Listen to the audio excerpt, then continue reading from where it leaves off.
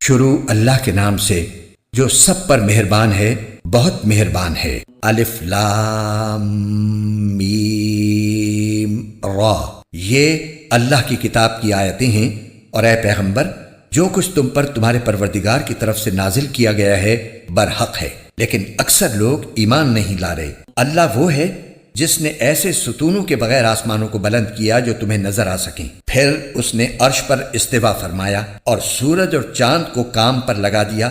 ہر چیز ایک معین میعاد تک کے لیے رواں دواں ہے۔ وہی تمام کاموں کی تدبیر کرتا ہے، وہی ان نشانیوں کو کھول کھول کر بیان کرتا ہے تاکہ تم اس بات کا یقین کر لو کہ ایک دن تمہیں اپنے پروردگار سے جا ملنا ہے۔ اور وہی ذات ہے جس نے یہ زمین پھیلائی، اس میں پہاڑ اور دریا بنائے، اور اس میں ہر قسم کے پھلوں کے دو دو جوڑے پیدا کیے۔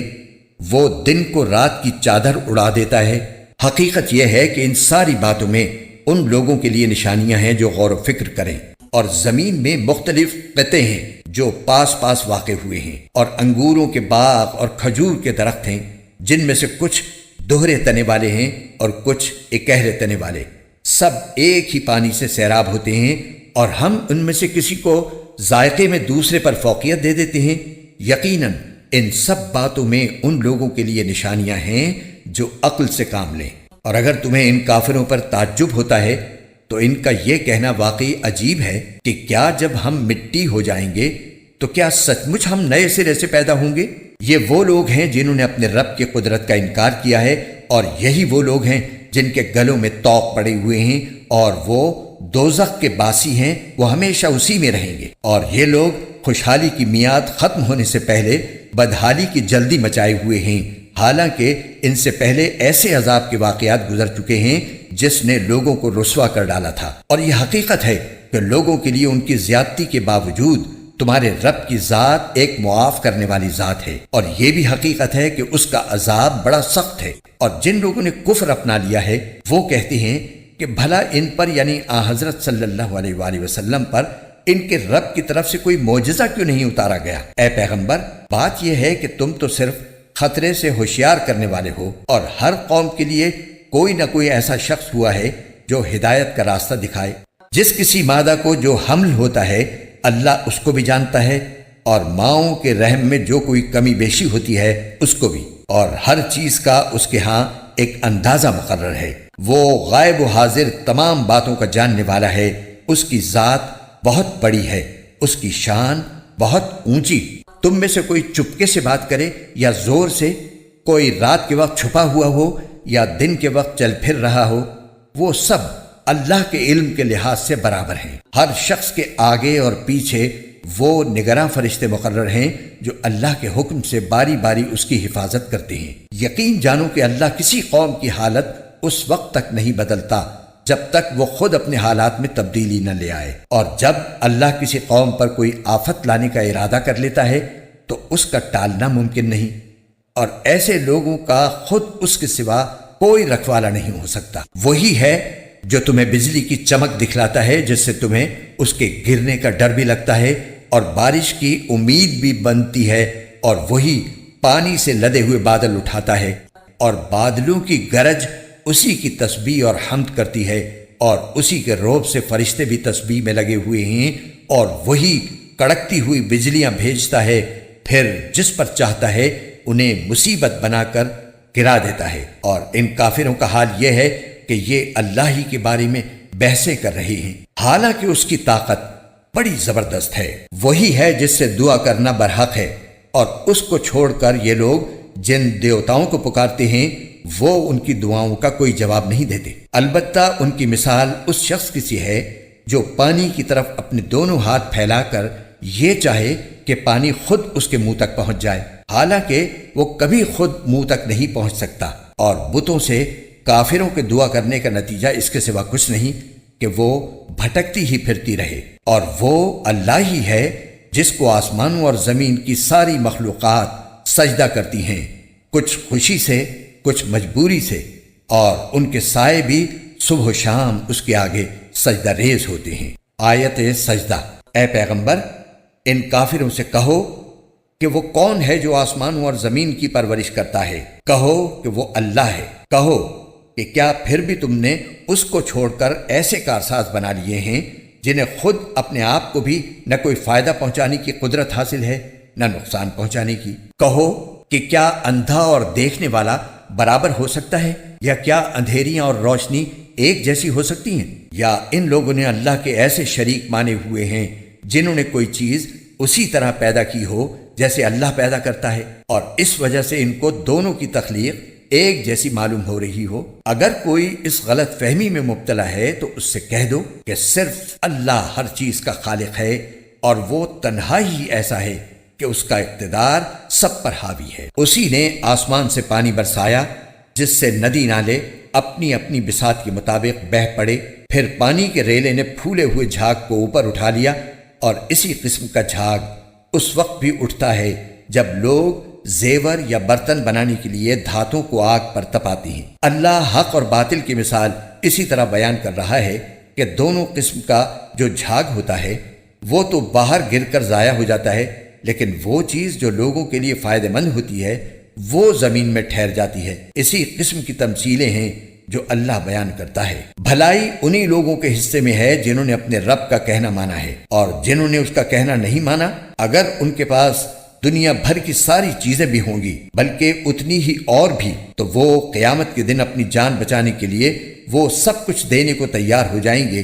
ان لوگوں کے حصے میں بری طرح کا حساب ہے، اور ان کا ٹھکانہ جہنم ہے، اور وہ بہت برا ٹھکانہ ہے۔ جو شخص یہ یقین رکھتا ہو کہ تم پر تمہارے پروردگار کی طرف سے جو کچھ نازل ہوا ہے برحق ہے، بھلا وہ اس جیسا کیسے ہو سکتا ہے جو بالکل اندھا ہو؟ حقیقت یہ ہے کہ نصیحت تو وہی لوگ قبول کرتے ہیں جو عقل و ہوش رکھتے ہوں، یعنی وہ لوگ جو اللہ سے کیے ہوئے عہد کو پورا کرتے ہیں اور معاہدے کی خلاف ورزی نہیں کرتے، اور جن رشتوں کو اللہ نے جوڑے رکھنے کا حکم دیا ہے یہ لوگ انہیں جوڑے رکھتے ہیں اور اپنے پروردگار سے ڈرتے ہیں اور حساب کے برے انجام سے خوف کھاتے ہیں۔ اور یہ وہ لوگ ہیں جنہوں نے اپنے رب کی خوشنودی کی خاطر صبر سے کام لیا ہے اور نماز قائم کی ہے، اور ہم نے انہیں جو رزق عطا فرمایا ہے اس میں سے خفیہ بھی اور علانیہ بھی خرچ کیا ہے، اور وہ بدسلوکی کا دفاع حسن سلوک سے کرتے ہیں۔ وطن اصلی میں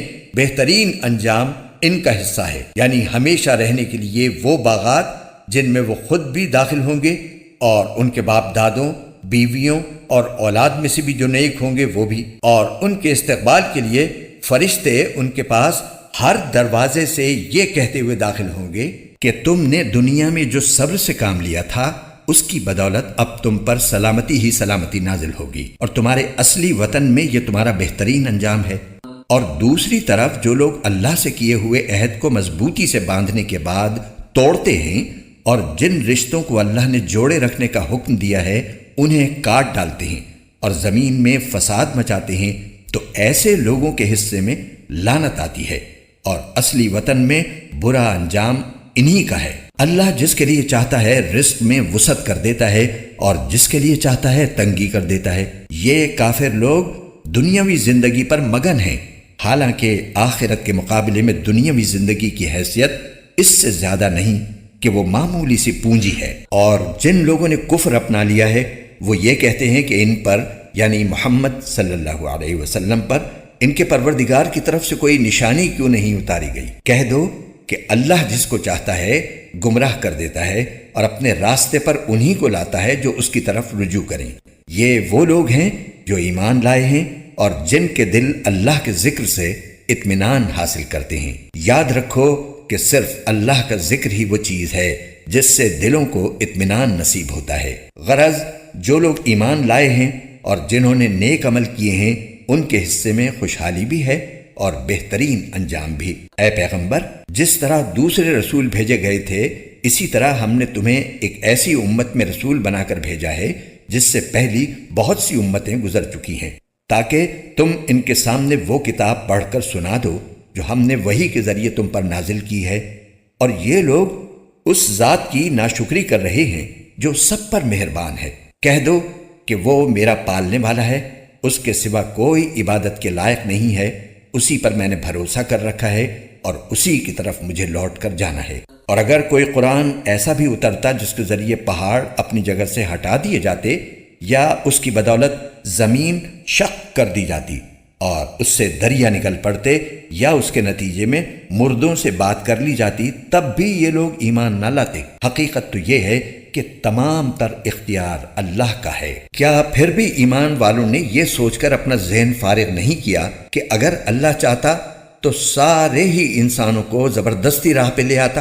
اور جنہوں نے کفر اپنایا ہے ان پر تو ان کے کرتوت کی وجہ سے ہمیشہ کوئی نہ کوئی کھڑکھڑانے والی مصیبت پڑتی رہتی ہے، یا ان کی بستی کے قریب کہیں نازل ہوتی رہتی ہے، یہاں تک کہ ایک دن اللہ نے جو وعدہ کر رکھا ہے وہ آ کر پورا ہو جائے گا۔ یقین رکھو کہ اللہ وعدے کی خلاف ورزی نہیں کرتا۔ اور اے پیغمبر، حقیقت یہ ہے کہ تم سے پہلے پیغمبروں کا بھی مذاق اڑایا گیا تھا، اور ایسے کافروں کو بھی میں نے مہلت دی تھی، مگر کچھ وقت کے بعد میں نے ان کو گرفت میں لے لیا۔ اب دیکھ لو کہ میرا عذاب کیسا تھا۔ بھلا بتاؤ کہ ایک طرف وہ ذات ہے جو ہر شخص کے ہر کام کی نگرانی کر رہی ہے، اور دوسری طرف ان لوگوں نے اللہ کے ساتھ شریک مانے ہوئے ہیں۔ کہو کہ ذرا ان اللہ کے شریکوں کے نام تو بتاؤ۔ اگر کوئی نام لوگے تو کیا اللہ کو کسی ایسے وجود کی خبر دو گے جس کا دنیا بھر میں اللہ کو بھی پتہ نہیں ہے، یا خالی زبان سے ایسے نام لے لوگے جن کے پیچھے کوئی حقیقت نہیں؟ حقیقت تو یہ ہے کہ ان کافروں کو اپنی مکارانہ باتیں بڑی خوبصورت لگتی ہیں، اور اس طرح ان کی ہدایت کے راستے میں رکاوٹ پیدا ہو گئی ہے، اور جسے اللہ گمراہی میں پڑا رہنے دے اسے کوئی راہ پر لانے والا میسر نہیں آ سکتا۔ ایسے لوگوں کے لیے دنیاوی زندگی میں بھی عذاب ہے، اور یقیناً آخرت کا عذاب کہیں زیادہ بھاری ہوگا، اور کوئی نہیں ہے جو انہیں اللہ کے عذاب سے بچا سکے۔ دوسری طرف وہ جنت جس کا متقی لوگوں سے وعدہ کیا گیا ہے، اس کا حال یہ ہے کہ اس کے نیچے نہریں بہتی ہیں، اس کے پھل بھی سدا بہار ہیں اور اس کی چھاؤں بھی۔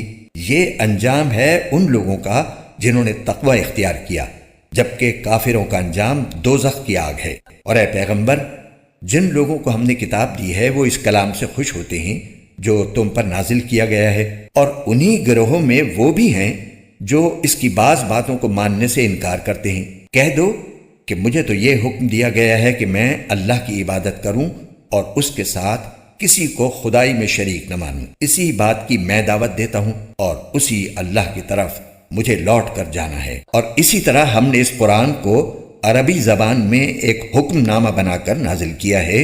اور اے پیغمبر، تمہارے پاس جو علم آ چکا ہے، اگر اس کے بعد بھی تم ان لوگوں کی خواہشات کے پیچھے چلے تو اللہ کے مقابلے میں نہ تمہارا کوئی مددگار ہوگا نہ کوئی بچانے والا۔